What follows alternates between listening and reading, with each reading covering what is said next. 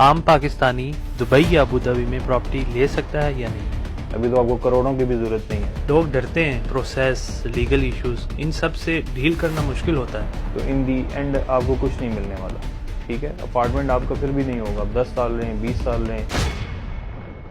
अस्सलाम वालेकुम नबील भाई, आज की पॉडकास्ट में हम एक सिंपल सवाल से शुरू करते हैं। आम पाकिस्तानी दुबई या अबू धाबी में प्रॉपर्टी ले सकता है या नहीं? वालेकुम अस्सलाम, बहुत अच्छा सवाल किया आपने। जी ले सकता है, बिल्कुल ले सकता है। आजकल के दौर में और ज़्यादा इजी हो गया। कुछ डेवलपर ऐसे हैं जो आपको 1% डाउन पेमेंट के साथ दे रहे हैं।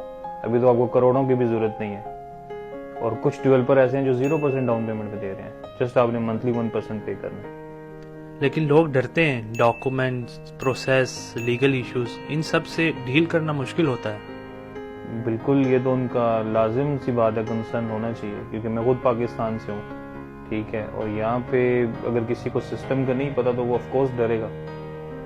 बट अगर आप एक प्रॉपर सिस्टम के थ्रू, एक एजेंट के थ्रू जाएंगे तो फिर ये चीज़ें बहुत आसान है। हमें यहाँ पे कुछ आपके ज़्यादा डॉक्यूमेंट्स नहीं चाहिए होते हैं, ओनली आपकी एमिरेट्स आईडी और पासपोर्ट चाहिए।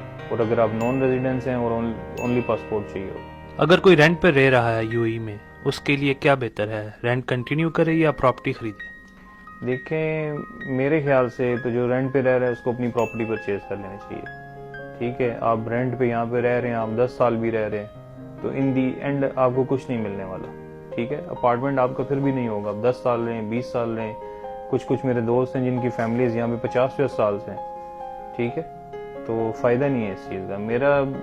मेरी सजेशन यही है कि आप लोगों को यहाँ पे अपना घर परचेज कर लेना चाहिए। वही जो आपने रेंट पे करना है वही आप इंस्टॉलमेंट पे कर सकते हैं।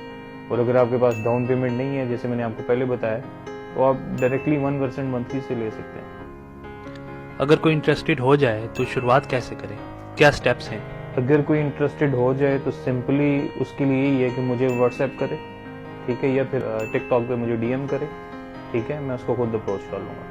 बहुत अच्छी बात की आपने। क्या आप कोई फाइनल मैसेज देना चाहते हैं हमारे लिसनर्स को?